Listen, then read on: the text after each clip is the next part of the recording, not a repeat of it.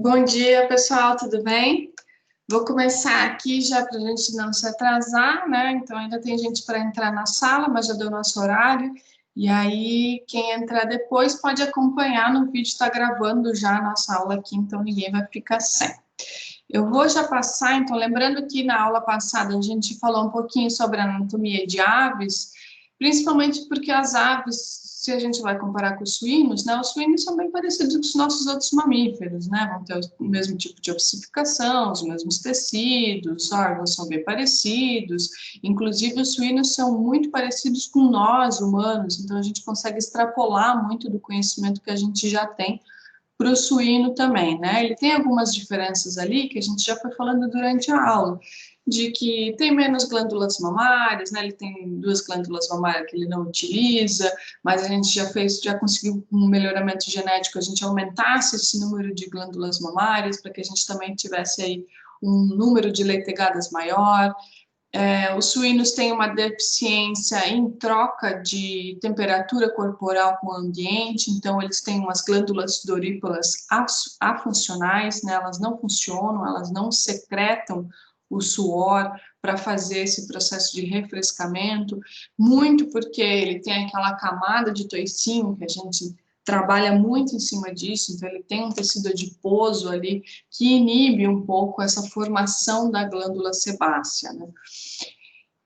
Mas, no geral, ele é muito semelhante ao que vai ser um bezerro, que vai ser um cachorro, que vai ser um humano, né? Ele vai ter o estômago unicavitário, ele é um monogástrico, ele tem uma digestão onívora, então ele é bem parecido com nós humanos.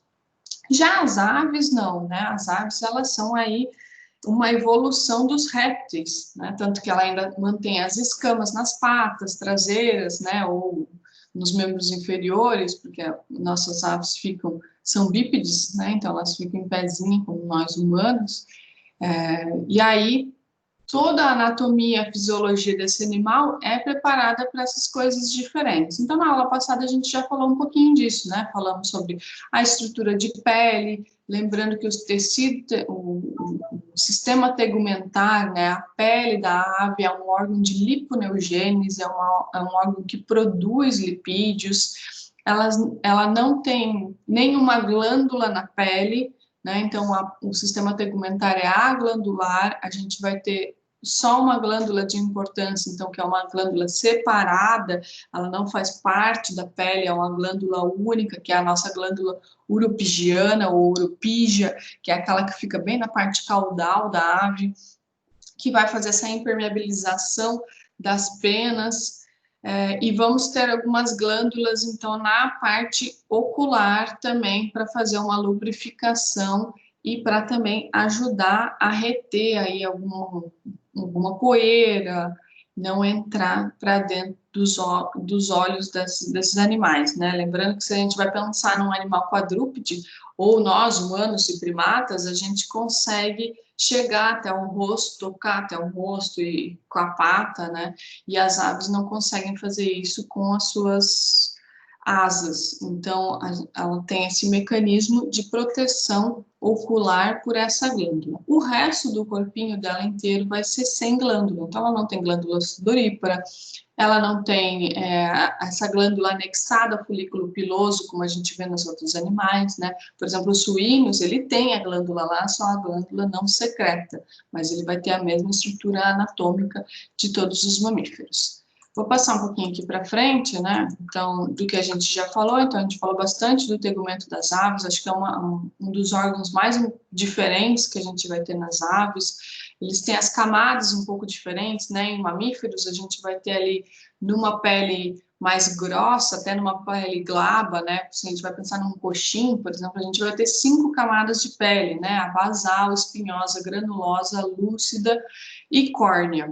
E nas aves a gente já tem uma redução, né? A gente vai ter 3 camadas de pele, né? Então, a camada basal, da epiderme, desculpa, a intermediária e a de transição. Então, a gente já encurtou um pouquinho essa epiderme. Abaixo da epiderme, a gente vai ter a derme, igual a gente tem em todos os animais, dividido em 2 camadas, camada papilar e camada reticular. Camada papilar, aquela onde a gente vai ter o folículo piloso mesmo, que no caso aqui vai ser o nascimento das penas, E a camada reticular é onde eu tenho uma quantidade um pouquinho maior de colágenos, né, de redes que fazem esse processo de irrigação sanguínea da derme. Então, coloquei aqui também como é que nascem as penas, né? A gente tem aí algumas aves que não fazem troca de penas, existem algumas penas que todas as aves não vão trocar, a não ser que a gente realmente retire essa pena para que nasça uma nova, né? Então, é diferente do pelo, que está sempre crescendo até que ele cai, aí cresce outro, e a gente tem aquelas 4 fases de pelo, que vocês devem ter visto lá na fisionomia, né? A fase telógena, análoga, essas loucuras aí de pelo, e na pena a gente não tem essas fases, porque a gente não tem esse crescimento contínuo da pena. Existem algumas penas que sim, elas saem com mais facilidade e crescem também, que vão ser lá nossas cerdas, as filoplumas, mas as penas que são nossas penas de voo, as penas de ponta de asa, essas penas a gente não faz a troca, né? As penas e as tetrizes também é bem difícil da gente fazer troca, mas ainda ocorre algumas fases da vida onde a gente faz troca. Nos próprios frangos de postura, a gente até estimula essa troca, que é o período de muda dessas aves, né? Então, essa própria ave, ela vai perder essas penas, que são as tetrizes que cobrem o corpo, ou as cerdas, né, ao redor do globo ocular, mas as remiges, né, ou as penas de voo, elas precisam ser arrancadas. Então, essa ave retira a própria pena. Não são todíssimas penas que são retiradas pela ave, algumas elas deixam ali, mas as outras renascem, e com esse processo de renascimento de pena, é como se a gente fizesse um renascimento do corpo inteiro da ave, e ela volta para o período de postura com mais aí intensidade.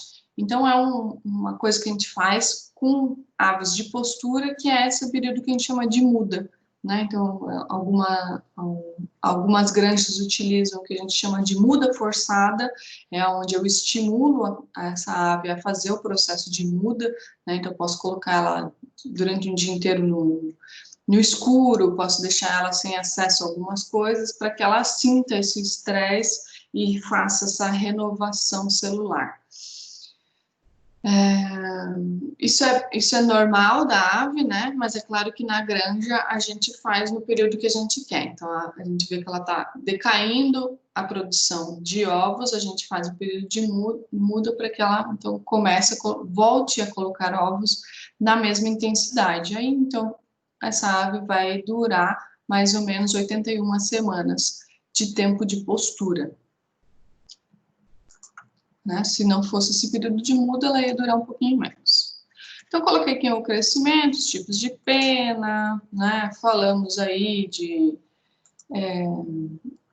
da parte musculoesquelética, né? Então, a gente começou a falar um pouquinho dos ossos, lembrar que os ossos das aves, eles são adaptados para o voo, então, mesmo as aves que não voam, que planam poucos, assim, tipo nossos frangos, eles vão ter ossos mais leves, são ossos que a gente chama de ossos trabeculados, né? Então, a gente não tem tanto uma porção de osso esponjoso e compacto, como é bem comum em mamíferos. Em aves, a gente tem essas trabéculas no meio dos ossos, então são ossos bem mais leves, e também são ossos que se fundem conforme essa ave vai crescendo, e ela vai ter uma quantidade de ossos menores do que se a gente compara com os mamíferos. A gente não vai ter muito a parte de matriz interna óssea, né? E é por isso que a gente chama isso de ossos pneumáticos. A função dos ossos, né, do esqueleto, a mesma coisa que mamífero, e aí coloquei algumas imagens para a gente observar que alguns ossos são os mesmos que a gente vê em todos os animais e alguns são acrescentados, né, que é o caso da fúrcula, que a gente vai ter ali grudadinho, como se fosse a clavícula da ave, mas que ela não é bem uma clavícula, né, ela tem uma função um pouquinho diferente do que teria num animal. O externo também vai ter uma diferenciação, né, então a gente vai ter um externo em formato de quilha, ele não é tão perto na região dorsal, né? Ele não é tão próximo ao pescoço do animal, ele fica mais próximo ao peito, e ele tem esse formato de quilha para facilitar o voo, né? Então, ele é em formato triangular para romper a barreira do ar e facilitar a passagem desse animal durante o voo. Aí coloquei uma imagem das asas, né? Eu acho que é uma das coisas que a gente pensa com bastante curiosidade quando a gente vai comparar as asas de um animal e a pata de outro, né? Mas a gente vê que a estrutura óssea é a mesma, vão ter o húmero, rádio, a una, os nários, os carpos, né? A diferenciação é que a gente não tem tantos ossos no nosso carpo, né? Então, se a gente vai comparar com os nossos aqui, a gente tem uma coleção grande de ossos. Nas aves, a gente funde algum desses ossos e tem uma redução deles. Ali, da mesma forma, né? Então, tem umas imagens aqui. Falamos um pouquinho dos músculos, né? Então, a gente separa os músculos em dois grandes grupos, quando a gente fala em aves, que são os músculos vermelhos e os músculos brancos, sendo os músculos vermelhos aqueles que têm uma maior incidência de circulação sanguínea, né? Uma maior radiação e vascularização sanguínea, e é por isso que eles, então, são um pouco mais coloridos. E os brancos, então, são aves, são músculos mais de sustentação e não tanto de exercício, de força, de explosão. Então, são músculos com menos irrigação sanguínea, porque eles também exigem uma quantidade de nutrientes menor. Aí coloquei algumas imagens, né, de músculos, principalmente de asas, que é a mais diferente, né, porque se a gente vai pensar na parte posterior desse animal, vai ser muito semelhante, né, se a gente vai pensar em músculos intercostais, vai ser semelhante, mas a parte da asa realmente vai ser um pouco diferente. São os mesmos músculos que a gente vai ter em outros animais, mas eles vão ter um formato um pouquinho diferente. E quando a gente pensa também no processo de origem e inserção, alguns seguem a mesma origem e inserção de um mamífero e outros mudam um pouquinho, principalmente quando a gente chega mais próximo das falanges. Aqui nos membros posteriores, né? Então, e aí a gente entra nos sistemas em si. Foi aqui que a gente parou na aula passada, acredito, se eu não estou enganada, mas a gente vai falar daqui então, que a gente vai falar dos sistemas em geral, né? O que muda um pouco internamente com os órgãos desses animais, né? Então, vamos começar pelo sistema digestório. O sistema digestório, a gente até já falou um pouquinho deles lá nos primeiros dias de aula, né? Quando a gente fez uma diferenciação do sistema digestório de suínos, de aves para outros mamíferos, mas então a gente passa aqui de novo, acho que é legal a gente ressaltar isso, né? Então, vamos ter algumas coisas exatamente iguais, né? Tipo fígado, pâncreas, intestino delgado, grosso, mas a parte anterior desse estômago vai ser um pouquinho diferente.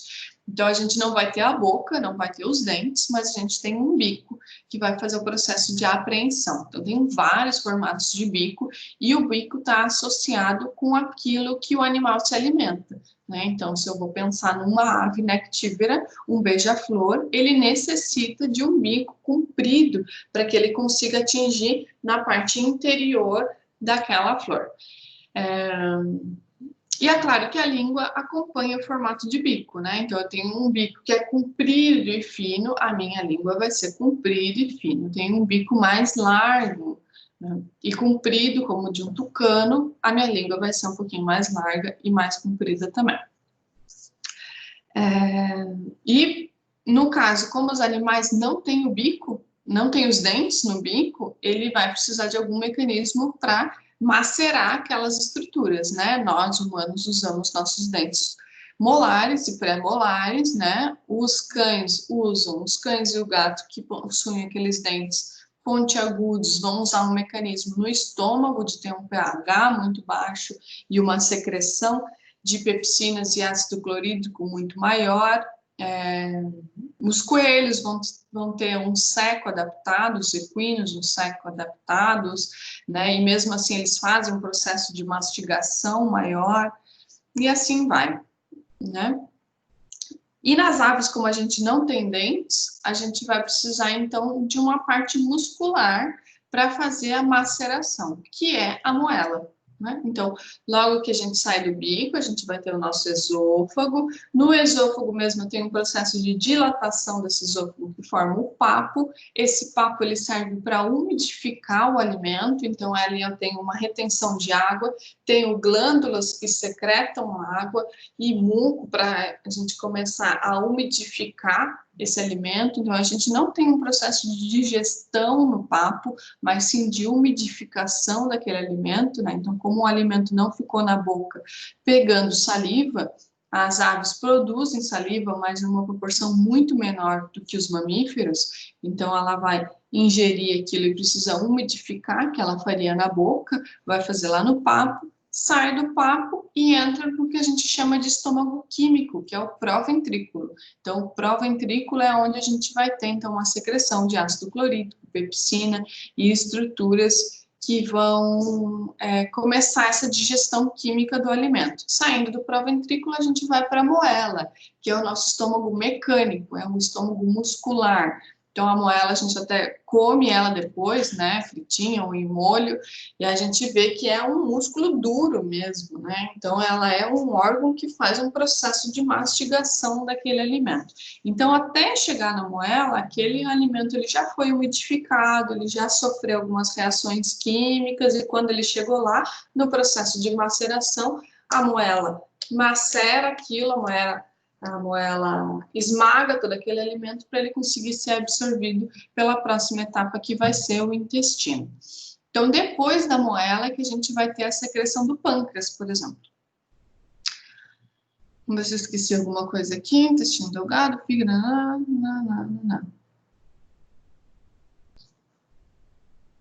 Isso aí.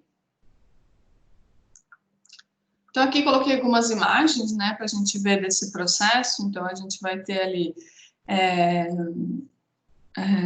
o esôfago do animal, já entrando no que vai ser o papo, depois a gente entra no proventrículo lá embaixo. Então, na primeira imagem aqui, a gente vê o esôfago e aí vê que ele faz uma dilatação. Ali eu tenho o meu papo. Então, a gente já vê que é na parte bem já interior desse meu estômago, né? Ele não fica perto da boca. Então, o alimento já tem que ter passado por todo esse processo. Tem outra imagem ali do lado que mostra a parte da moela internamente. E a gente pode ver, então, que essa moela, ela tem uma estrutura interna que reveste ela, como se fosse um tecido cartilaginoso, mas não é.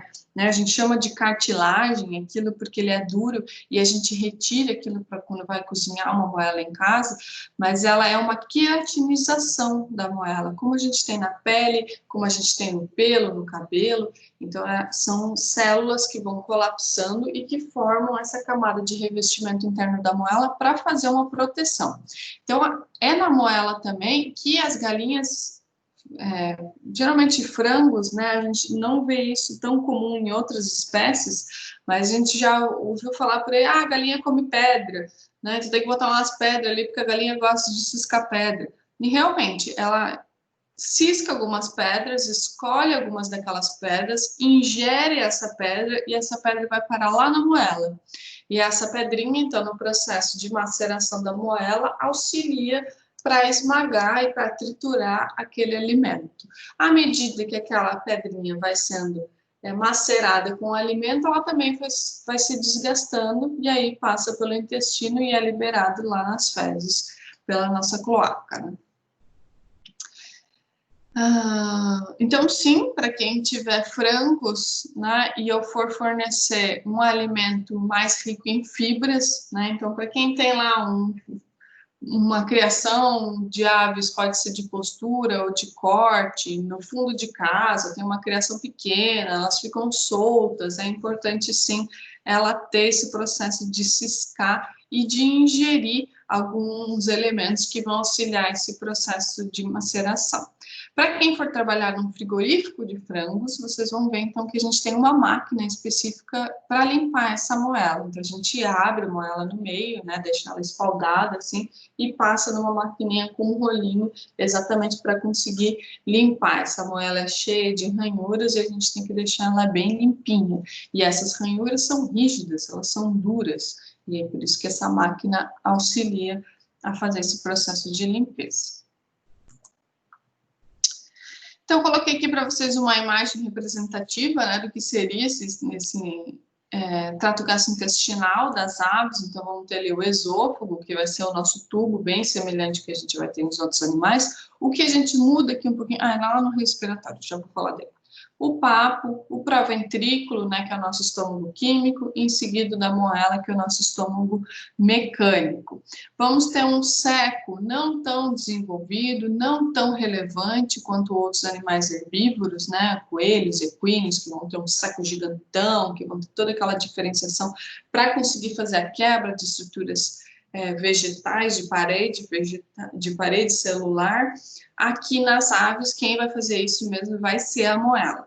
E a hora que esse alimento entra para o intestino, ele já está bem macerado, ele já sofreu um processo químico e ele vai conseguir ser absorvido de uma forma bem mais eficiente. Então, os frangos e as aves em geral, ele tem uma eficiência no processo digestivo bem grande. Vou aumentar aqui, que eu acho que vocês estão vendo mais. Isso, acho que assim fica melhor, né? Então, aqui da mesma forma, então, nessa imagem aqui, a gente já começa a colocar outros elementos lá dentro, né? Então, a gente acha que aquela ave, ela é gordinha para ela ser meio roliça, mas, na verdade, ela é porque a gente tem muito órgão lá dentro, que eu não tenho todo um corpo para distribuir, né? Esse corpo, ele é condensado, né, na região dorsal mesmo. Então, a caixa torácica desse animal e a parte abdominal desse animal, ela é preenchida pelos órgãos. Saindo do digestório, a gente vai para o aparelho circulatório, né? Eu coloquei circulatório e linfático, mas na verdade as aves não possuem um aparelho linfático, eles fazem o processo de hidratação um pouco diferente, o processo imunológico bem diferente, então a imunologia das aves é bem diferente do que a gente está acostumado a ver com mamíferos. Acredito que vocês tenham visto isso na disciplina de imunologia, e existem pessoas que são especialistas em imunologia de aves, porque a gente vai ter um processo um pouquinho diferente aqui. Mas o coração vai seguir o mesmo padrão que a gente vê nos outros animais, né? Então, é um coração um pouquinho mais pontiagudo, mas ele vai ter as nossas 4 câmaras, divididas em átrio, ventrículo, da mesma forma. Vamos ter as mesmas artérias e veias saindo ali, então é muito semelhante. O diferencial é que esse coração, ele fica protegido pela quilha, né? E a gente sabe que a quilha é bem central e o coração, então, fica atrás dessa quilha, ele não fica tanto para o lado esquerdo, como a gente vê nos mamíferos, né? Ele fica mais central mesmo e ele sofre esse processo de proteção pela quilha. Até botei aqui para vocês, né? Então, do sistema imunológico, né? É legal a gente citar, pelo menos, vamos ter aí alguns órgãos fundamentais, como a gente tem em qualquer animal, né? Então, a bolsa de Fabry, o timo, baço, medula óssea, vamos ter alguns órgãos que atuam não só no sistema imunológico, mas também auxiliam nesse processo de imunização do animal. E tem um artigo muito legal da Embrapa, tá? Que eu coloquei o link aqui para vocês, que está bem completinho, que fala muita coisa sobre imunologia de frangos, né? Eu vou trabalhar num zoológico e eu quero saber imunologia de flamingo. Aí a gente vai ter que entrar em um livro específico de animais silvestres, mas a gente consegue extrapolar muita coisa que a gente já conhece de frango para outras espécies também. Não é tudo, né? Ontem mesmo eu li um artigo falando sobre os tipos de ruminantes, né? Então, às vezes a gente fala assim, o ruminante, e a gente esquece que existem vários tipos de ruminantes, né? A gente fala ruminante e pensa na vaca, mas a girafa é um ruminante, né? Os cervídeos são ruminantes. Então, quando a gente entra no mundo dos animais silvestres, a gente começa a ver que existem classes, e dentro dessas classes ainda existe uma gama muito diferente. Então, claro que eu consigo extrapolar muita coisa do frango para outras aves, mas vão ter coisas que vão ser específicas daquela espécie ou específicas daquela ordem, né, daquele grupo de animais que tem ali, né? Então, os passeriformes vão ter um tipo de sistema imunológico, os falconídeos vão ter outros tipos de sistema imunológico, vão ter algumas diferenças ali. Respiratório, né? Então, o sistema respiratório é bem diferente dos animais mamíferos, né? Não completamente, mas eles vão ter várias coisinhas diferentes. Então, ele vai ter o pulmão, bronquíolo, igual a gente tem nos animais. A diferença é que o saco alveolar, que a gente costuma ver em mamíferos, aqui ele começa a se transformar num saco aéreo, né? Então, a gente não tem tantos sacos alveolares e alvéolos separados, e a gente tem muitos sacos aéreos. Então, o pulmão é dividido em lóbulos, cada lóbulo contém um saco aéreo. Esse saco aéreo ele é preenchido de ar e ele serve como uma reserva para que esse pulmão vá utilizando o oxigênio e faça uma troca de uma forma sem deixar essa ave sem oxigênio, né? Vamos imaginar que é uma ave que está voando numa velocidade muito constante, alta, ela não vai conseguir fazer um processo de inspiração e expiração tranquilamente. Então, ela inspira, preenche todos os seus sacos aéreos e ela tem uma capacidade cardiopulmonar muito maior, então, por conta desses sacos aéreos. Como ela também não tem esse processo de inspiração e expiração tão relevante como em mamíferos que não possuem os sacos aéreos, elas também não possuem o diafragma. Então, a gente não vai ver aquela musculatura que separa órgãos intestinais, por exemplo, de órgãos respiratório cardíaco. Então, a gente não tem essa separação na cavidade abdominal. E vamos ter de diferentes também a siringe, né? Então, lá na traqueia, lembrando que a traqueia da ave é uma traqueia circular, então, diferente dos mamíferos, que a gente vai ter uma traqueia em formato de U ou em formato de V, que é a nossa de U, ou em C, desculpa, em C, bem redondinho, ou em U, que são as traqueias dos animais mamíferos, e que vão ter lá um músculo traqueal ligando as duas extremidades desse meu anel traqueário. Nas aves, a gente tem um anel completo, então ela é toda fechadinha. Isso permite que essa ave faça uma movimentação de pescoço muito maior, sem que a traqueia colapse e sem que eu tranque a passagem de ar que está passando ali pela traqueia. Então, ela também tem uma traqueia mais eficiente do que os mamíferos. E dentro dessa traqueia, a gente tem um órgão que é a siringe, né? Então, é uma estrutura que seria parecido com as nossas cordas vocais, mas ele também é mais especializado e é o órgão de vocalização desses animais. E é por isso que eles também conseguem fazer uma quantidade de sons muito diferentes do que os mamíferos que têm cordas vocais, né? Consegue ser mais alto, consegue ser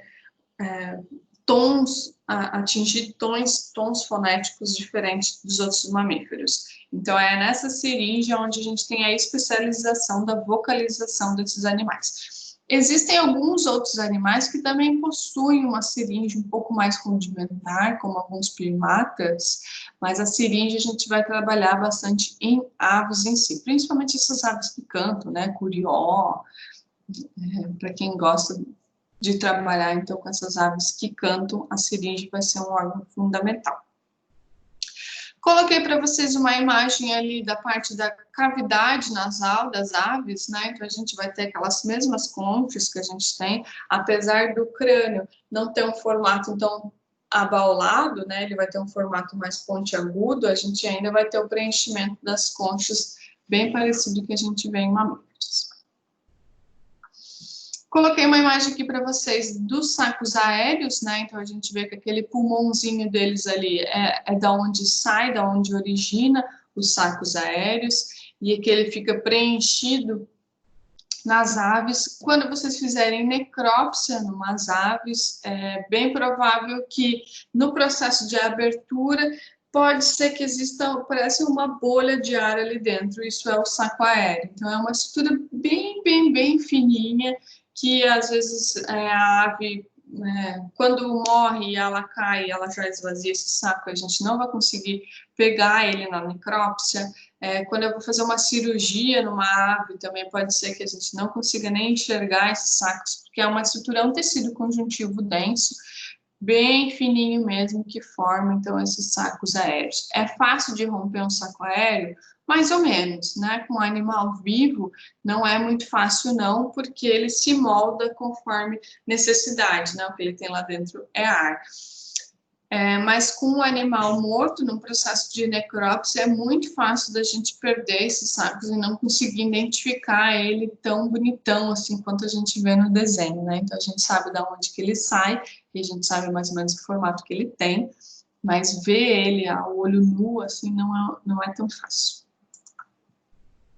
Saímos da parte respiratória e vamos para o urinário, né? Então no urinário a gente tem 2 rins, iguais a gente tem nos outros animais, mas a gente vai ter lóbulos renais, né? Então, eles são um pouco diferentes, né? Então, aqui na imagem a gente tem os testículos do macho, é um macho, que é aquele em formato de feijãozinho, ele não é o rim, né? O rim tá atrás, tá separado em 3 lóbulos. Então, aquela estrutura meio estranhosa ali é o rim. Então, a gente não tem aquele rim em formatinho de feijão ou em lóbulos, que nem a gente tem no ruminante. A gente vai ter um rim mais alongado, né? Por que isso? Porque esse rim vai ter que ter uma eficiência de purificação de água um pouco maior, porque a gente não vai ter a bexiga para reter. Então, ele consegue processar um volume de água muito maior do que o rim dos mamíferos, e a hora que ele libera essa água, então, já vai lá para a uretra e vai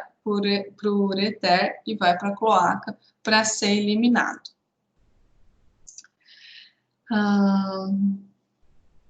Basicamente isso, né? Acho que de rim, tanto macho quanto fêmea apresentam dos dois rins, né? Um par de rins. Aqui é das fêmeas, né? Então a gente vê de novo os rins ali, então lobulados, né? E aqui a gente tem o aparelho reprodutor feminino. Então, ali a gente tem o aparelho reprodutor masculino, né? Lembrando que na parte reprodutora masculina a gente não vai ter o pênis como a gente vê nos mamíferos, porque a gente não tem esse órgão externo para fazer uma fecundação, né? Mas a gente tem a cloaca, aonde o epidídimo e o testículo vai produzir esse espermatozoide, passa para o meu epidídimo, que manda lá para a cloaca do macho, e quando ele vai fecundar uma fêmea, então ele encosta a cloaca do macho com a cloaca da fêmea e passa o espermatozoide, que é o que a gente chama de beijo da cloaca. Então a gente tem que encontrar as duas cloacas ali. Eu não tenho um órgão de penetração como a gente tem em machos mamíferos. No reprodutor da fêmea, aqui a gente já falou um pouquinho quando a gente falou na nossa aula de ovo, né? Então, o reprodutor da fêmea, lembrando que ela só tem um dos lados dos cornos uterinos, né? Então, a gente só vai ter um útero e sai um corno dali. Eu não vou ter a outra parte como a gente tem nos mamíferos, que se divide, né? A gente só vai ter um, então só tem um ovário, só tem um infundíbulo, só tem um...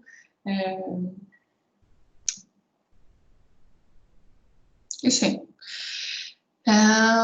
E vai ser bem parecido com os mamíferos, né? Então, essa fêmea vai nascer com um número X de folículos, e esses folículos vão ser liberados, se a gente estiver falando de aves, a cada 24 a 26 horas, né? Se a gente estiver falando de codornas, um pouquinho mais, 36 horas. Se eu estiver falando de pinguins, um por ano, né? Então, existem algumas espécies de pinguim que liberam um folículo por ano.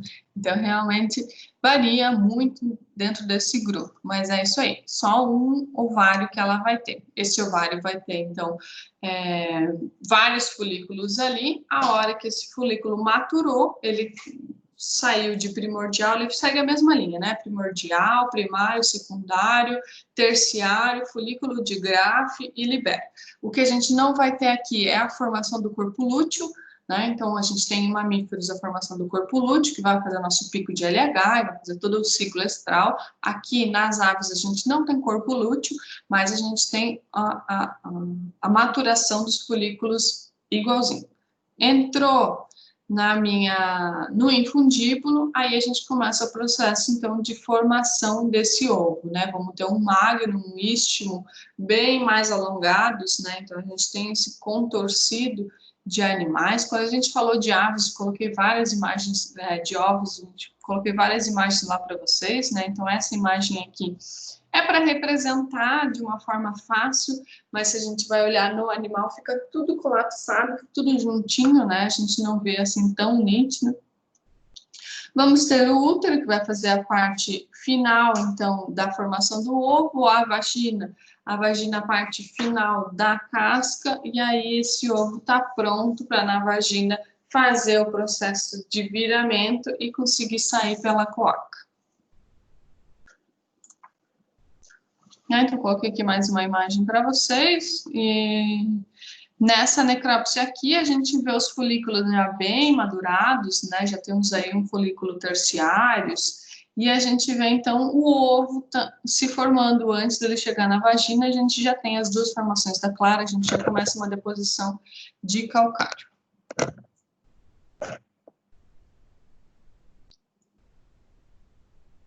O aparelho nervoso, né? Então, o sistema nervoso desses animais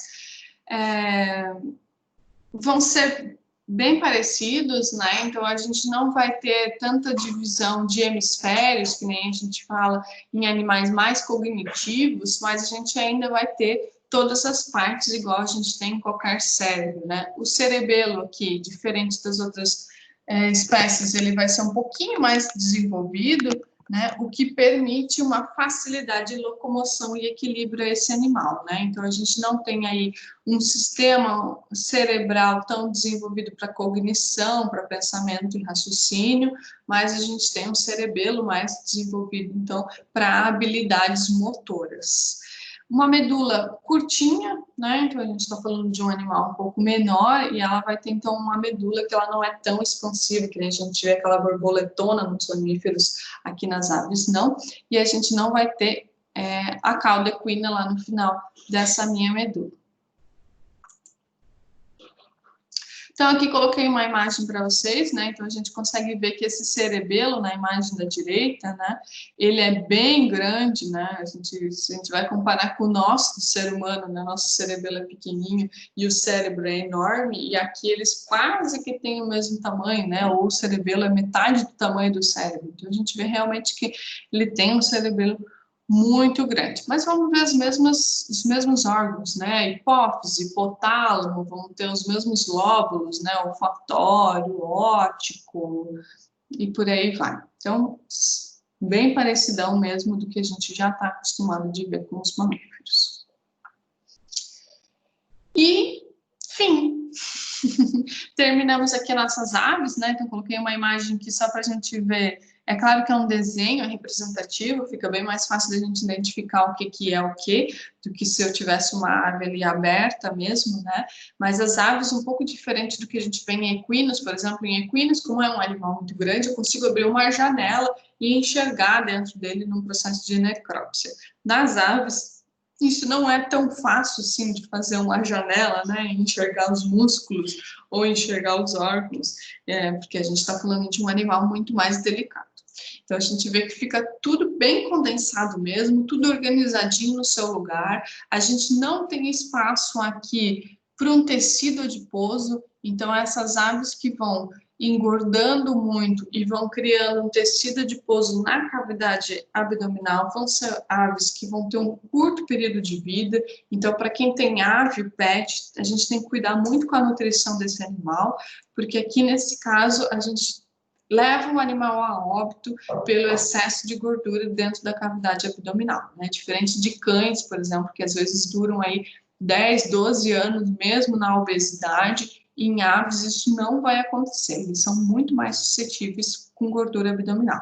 Isso é bem evidente, principalmente quando a gente fala de passeriformes em gaiola, né? Então, eu tenho um periquito, eu tenho um papagaio e eu alimento ele com semente de girassol, com castanhas, com oleaginosas, a gente vê que esses animais engordam, né? E como eles não ganham peso, que nem os outros mamíferos, né? Eles não ficam tão redondos, ele começa a engordar dentro da cavidade abdominal e entra em óbito, infelizmente. Então, a gente tem que cuidar muito com esses alimentos, porque eles são altamente calóricos para aqueles animais que vivem em vida livre. Então, o voo gasta muita energia, então eles voam longas distâncias, eles ficam um longo período em jejum, não sabem quando é que vão ter alimento novamente. Então, as nossas aves em casa, a gente tem que preconizar então, a utilização de ração e não de oleaginosas.